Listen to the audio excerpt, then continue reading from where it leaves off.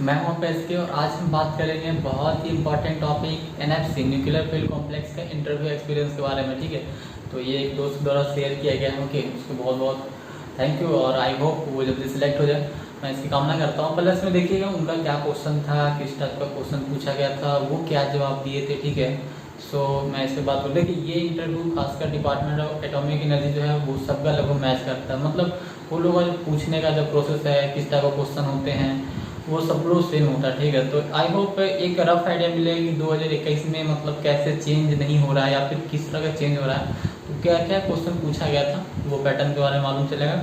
सो को वीडियो पे पूरे बने रहिए। अगर आप चैनल पे नए हैं तो please do subscribe for more information, क्योंकि मैं इस पर सारे वीडियो बनाने वाला हूँ केमिकल इंजीनियरिंग पे। अगर कोई भी टॉपिक आपको ना समझ में आए तो आप कमेंट कर सकते हैं कि ये क्वेश्चन इस टॉपिक मेरे को नहीं समझ में आता है, और उनको कोई याद करने की जरूरत नहीं पड़ेगा, बहुत अच्छे समझ सकते हैं। So let's start.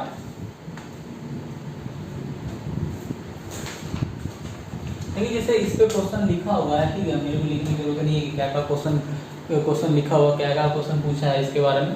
तो मैं जो मेन क्वेश्चन था वो लिख दिया हूँ। ठीक है, सो कौन कौन क्वेश्चन है वो मैं बता दूंगा। ठीक है, आप वहाँ जाइएगा तो सबसे पहले आपसे इंट्रोडक्शन पूछा जाएगा। ठीक है, जब कोई भी आदमी से नया लोग से मिलते हैं तो इंटरेक्ट करने के लिए इंट्रोडक्शन तो पूछा जाएगा।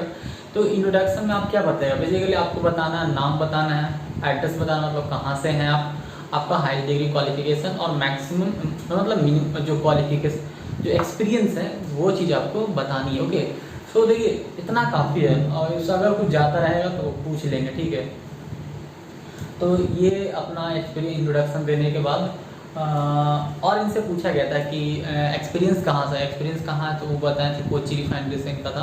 प्लस में फिर इनसे पूछा गया था कि आपने डिप्लोमा के बाद बीटेक क्यों नहीं किया, इसके बारे में पूछा तो बोले कि मैंने नहीं किया हूँ। ठीक है, एक क्वेश्चन एक हाँ यहाँ थोड़ा फेवरेट सब्जेक्ट के बारे में पूछा गया था कि आपका फेवरेट सब्जेक्ट कौन कौन सा है। ओके, तो इन्होंने फेवरेट सब्जेक्ट के रूप में heat transfer, mass transfer and fluid mechanics ये सब बताए थे। ठीक है, तो फिर उन्होंने पूछा कि क्या आप सीआरई और थर्मल के बारे में नहीं जानते हैं, तो बोला कि हाँ जानते हैं, थोड़ा थोड़ा जानते हैं। ठीक है, तो अब क्वेश्चन इनसे थर्मोडायनामिक्स से और सीआरई से ही क्वेश्चन पूछा जाने लगा। ओके, सो हम बस बात करते हैं कौन कौन सा क्वेश्चन पूछा गया था। तो थोड़ा बारिश हो रहा है, थोड़ा मैनेज कीजिएगा, कोई बात नहीं। तो देखिए पहला क्वेश्चन से पूछा जाता है what is the rate of reaction.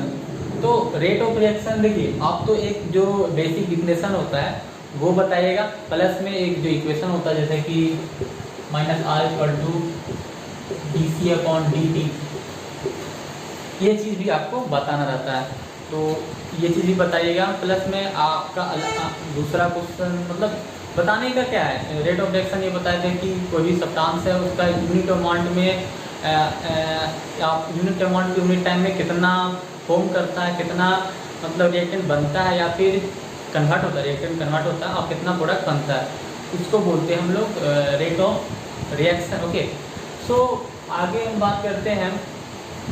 फिर पूछा जाता है expression of rate of reaction कि रेट ऑफ रिएक्शन को एक्सप्रेस कैसे करते हैं। ठीक है, तो इन्होंने बताया था कैसे कैसे एक्सप्रेस करते हैं। ओके, तो बेसिकली आप रेट ऑफ रिएक्शन को दो तरह से एक्सप्रेस कर सकते हैं। ठीक है, तो एक है आपका कंसंट्रेशन के टर्म में,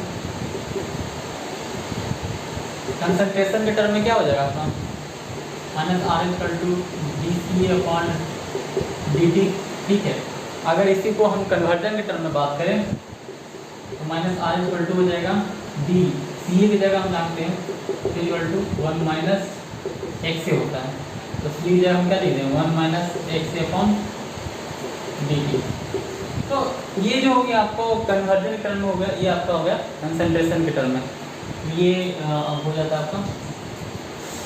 फिर इससे पूछा गया था order of reaction. Order of reaction क्या है, तो ऑर्डर ऑफ रिएक्शन देखिए इन्होंने बताया था कि कोई भी रिएक्शन है उसका कंसंट्रेशन के पावर पे जो कंसंट्रेशन के पावर का जो सम करते हैं उसको बोलते हैं ऑर्डर ऑफ रिएक्शन। ठीक है, तो ये इस तरह से भी बता सकते हैं, और ये डायरेक्ट बताया गया था individual order of reaction, overall order of reaction. देखिए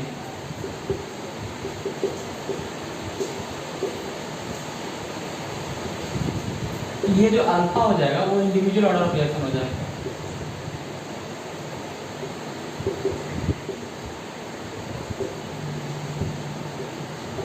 इंडिविजुअल ऑर्डर ऑफ रिएक्शन। अगर अल्फा प्लस अगर हम बीटा की बात कर दें ओवरऑल ऑर्डर ऑफ रिएक्शन हो जाएगा। ओके, तो ये बताएं तो ओके, तो यहाँ हमने दो तरह से बताया था, एक तो ये individual order reaction, overall order reaction, ठीक है। फिर इनसे पूछा गया था कि graph of reaction of first and second, मतलब कि देखिए ये जैसे मैं लिखा हूँ उस तरह से क्वेश्चन नहीं पूछा गया था। क्वेश्चन पूछा गया था कि आप रिएक्शन ऑर्डर के ग्राफ के बारे में जानते हैं क्या, ऑर्डर के बारे में क्या जानते हैं, रिएक्शन रेट ऑफ रिएक्शन के बारे में क्या जानते हैं, इस तरह से क्वेश्चन पूछा जाता था हमसे। मतलब बहुत ज़्यादा फेमिलियर होते, बहुत ही आराम से पूछते हैं, ऐसा नहीं कि मतलब ज़्यादा इंग्लिश में बोलना शुरू करते हैं, ऐसा नहीं, वो जैसे आप रहते हैं उसी तरह से क्वेश्चन पूछते हैं, ठीक है। तो ग्राफ की अगर बात करें तो जैसे देखिए इन्होंने सर बताया था, एक ग्राफ बताया था, देखिए आपका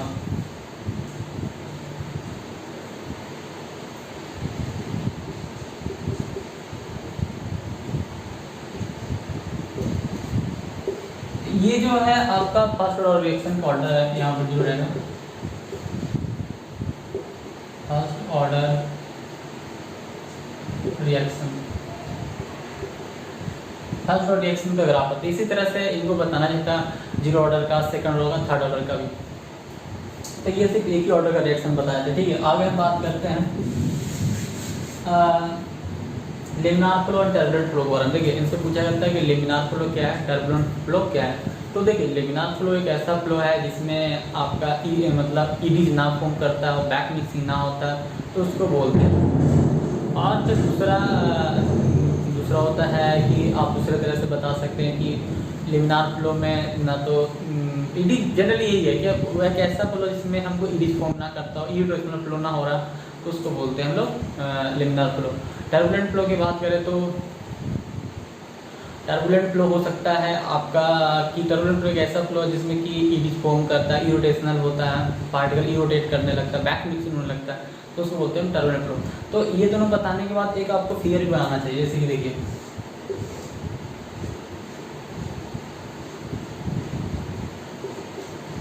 ये हो गया आपका लेमिनार फ्लो।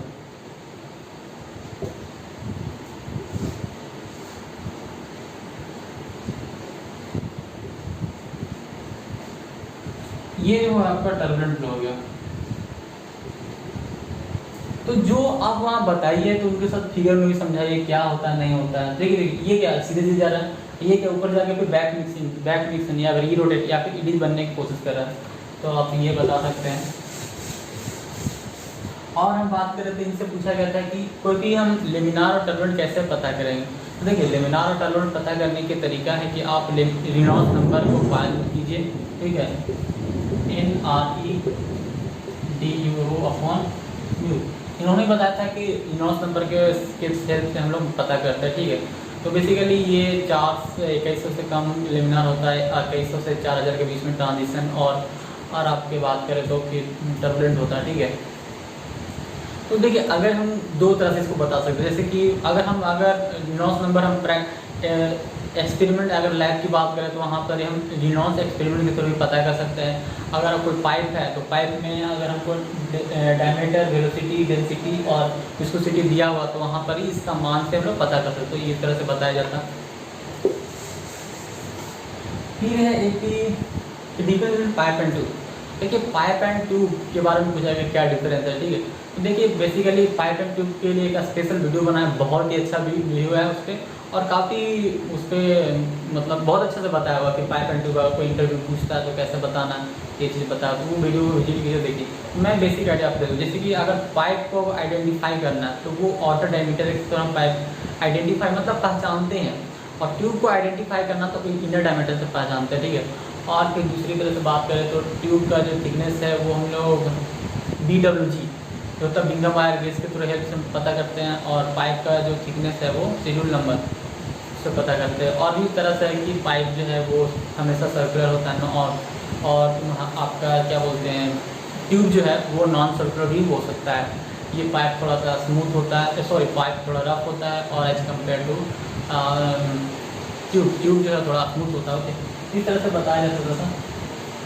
फिर इनसे पूछा गया था कि आप NFC के बारे में क्या जानते हैं, तो मैं एक बार फिर से मैं वीडियो में बता सकता हूँ। देखिए आप कोई भी इंटरव्यू हो, चाहे IOCL का हो, BARC का हो, NMC का हो, IG कार का हो, हाई वाटर बोर्ड का हो, आप उसके बारे में जान के जाइए कि क्या होता है वाटर बोर्ड, इसके बारे में तो पता होनी चाहिए, ठीक है। कोई ना कोई कभी कभी सर फिरा होता है वो पूछ देते हैं, तो ठीक है थोड़ा सा आप जिस चीज़ के बारे में एग्जाम जिसमें आपको भविष्य बना रहा है वहाँ तो पता होनी चाहिए, ओके। तो इन्होंने जनरली बताया था कि सर NFC मतलब न्यूक्लियर फ्यूल कॉम्प्लेक्स होता है इसका फुल फॉर्म, और NFC का जो मेन हेडक्वार्टर वो हैदराबाद में तो है ही। प्लस में ये बताया कि जो न्यूक्लियर खासकर जो मटेरियल होता है, जो इंडिज मटेरियल, उसको एक पेलेट के रूप में, मतलब सिलेंडर छोटा छोटा प्लेट होता है, उसको सिलेंडर में पैक करके उसको न्यूक्लियर रिएक्टर में, या फिर बहुत कुछ बताया जो कि मेरे को उतना पता नहीं, ठीक है। तो इस तरह से उन्होंने बताया था, बात काफ़ी अच्छा बताया था इसके बारे में। फिर इनसे एक सिचुएशन बेस्ड क्वेश्चन पूछा गया था कि ये आपका पिस्टन है, कलर सिलेंडर दिया हुआ,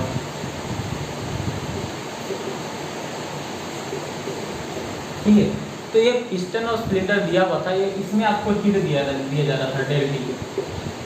बोला कि पिस्टन सिलेंडर, उसमें अगर हम हीट अप्लाई करेंगे तो क्या होगा, कि ये बताया थी कि पिस्टन और सिलेंडर में तो शुरू में क्या होगा, इंटरनल एनर्जी बढ़ेगा, और इंटरनल एनर्जी बढ़ने के बाद क्या होता है कि एक सर्टेन टाइम इसमें वर्क एक्सट्रैक्ट होगा, ठीक है, मतलब ये मूव करने लगेगा, इस टाइप से बात होती है, ठीक है। तो इसके बारे में और अच्छे से मैं वीडियो में बात करूँगा, ये क्वेश्चन आया था। और मैं बात करूँ तो देखिए वहाँ पर ही बोर्ड नहीं था, वहाँ पर इंटरनल बोर्ड नहीं था, वो पेपर दिए हुए थे कि पेपर सामने बैठे हुए थे जिस सामने, उसी में पेपर लिखा हुआ था, पेपर दिया हुआ था, और उसने लिख के बताते, ये बताया था 2 पेज पे बहुत अच्छे से, 2-3 पेज आज बहुत अच्छे से समझाए बताए थे कोई भी चीज़ को। और हम बात कर रहे थे इंटरव्यू पैनल में 6 से 7 लोग थे, ठीक है, और टोटल 30 मिनट के आसपास इनका इंटरव्यू चला था, मतलब काफ़ी अच्छा चला था। और ये जो क्वेश्चन था वो बता नहीं पाया, याद नहीं है, तो ये नहीं बता पाया, ओके। सो फिर मिलते हैं नेक्स्ट वीडियो में, और इसका जल्दी जो एक इंग्लिश वर्जन में आएगा जो स्पेशल नॉन इंग्लिश। तो फिर मिलते हैं नेक्स्ट वीडियो में। Thank you for watching video.